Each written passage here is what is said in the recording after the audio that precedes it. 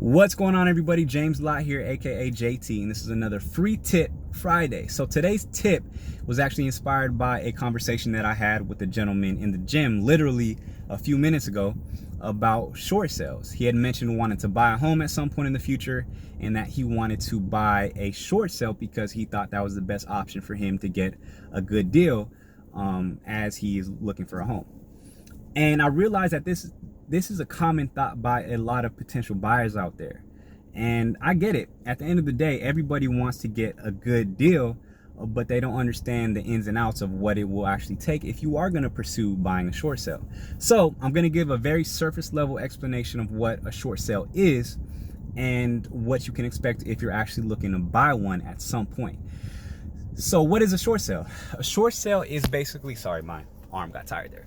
But a short sale is basically when somebody is trying to sell their property for less than what is actually owed on it. So for example, somebody owes $400,000 on their house, but they go to try to sell it and it is only worth $350,000. There is a $50,000 gap between how much the property is worth and how much they actually owe on the house. Now you might be wondering, how the heck does that even happen? There are a variety of reasons or ways that can happen, but a lot of the time it's due to either because of like a refinance or there is a drastic change in the real estate market where that particular property is at. So that's why back in 2007, 2008, 2009, when the market completely dropped, a lot of people put up their home for short sale because they're trying to get out of that house. And this is an option for people who are who are in a situation where they might be going into foreclosure. They might have lost their job. They might have had a medical issue come up to where they can no longer pay their monthly mortgage. And a short sale is a way for them to not foreclose, because foreclosing is not very favorable for people in the long term if they want to look at buying another house or their credit, stuff like that. A short sale allows them to actually not have to go through that process. And sometimes the bank is willing to do a short sale because it's cheaper for them to take a bit of a loss in the sale of the property as opposed to going through the entire foreclosure process. At the end of the day, banks don't want to foreclose on you. They just want their money. So a short sale is a way for that to occur. It's kind of a win-win situation for both parties. Now, what people don't realize is that sometimes when you see a property that is listed for sale as a short sale, you'll see the price, and a lot of times that price will be a lot less than what other homes in the area are going for. So they automatically believe that they're getting a good deal on it. However, a lot of the time, that price, that listing price that you see is not going to be the price that is actually closed, or that the seller will actually get when they close on it, that the bank will get. The reason for that is when you see a property, let's do another example. So a property is listed at $400,000 in an area where properties are normally worth $600,000. And you get super excited as a buyer and you go ahead and submit an offer at $400,000 because you think that is going to be the price you get. So you go ahead and submit the offer. The listing agent has to take your offer, take it to the bank and say, hey, look, we actually have an offer for the property. It's $400,000. Here you go. The bank is not obligated to accept that price, especially if they know that the property is worth more than that. So they might take a few weeks, they might take a couple months to come back to you and say, hey, actually, I know that you offer $400,000, but this home is actually worth $550,000, $600,000. And that is the price that they approve. So you as the buyer, you have to either come up in price, or you might just say, well, heck, I just wasted 2 months of my time. Now I'm out of my budget.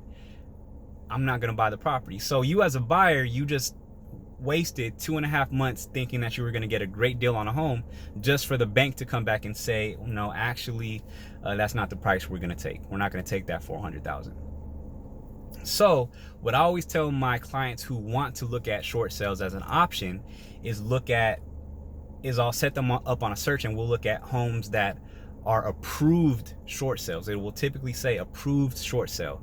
Approved short sale means that a home has prices have already been submitted to the bank, and the bank has now countered and came back and said, hey, we're not willing to take any less than this amount. So an approved short sale is a better option because you don't have to go through the risk of waiting months for them to respond with a much higher price than what you were hoping for, and you kind of already know what to expect. And a lot of times also, a short sale that isn't approved is going to take a much longer time than an approved short sale. I've heard people close an escrow 2 years later on a regular short sale because there's a lot of paperwork, there's a lot of technicalities that have to take place in order for it to be done.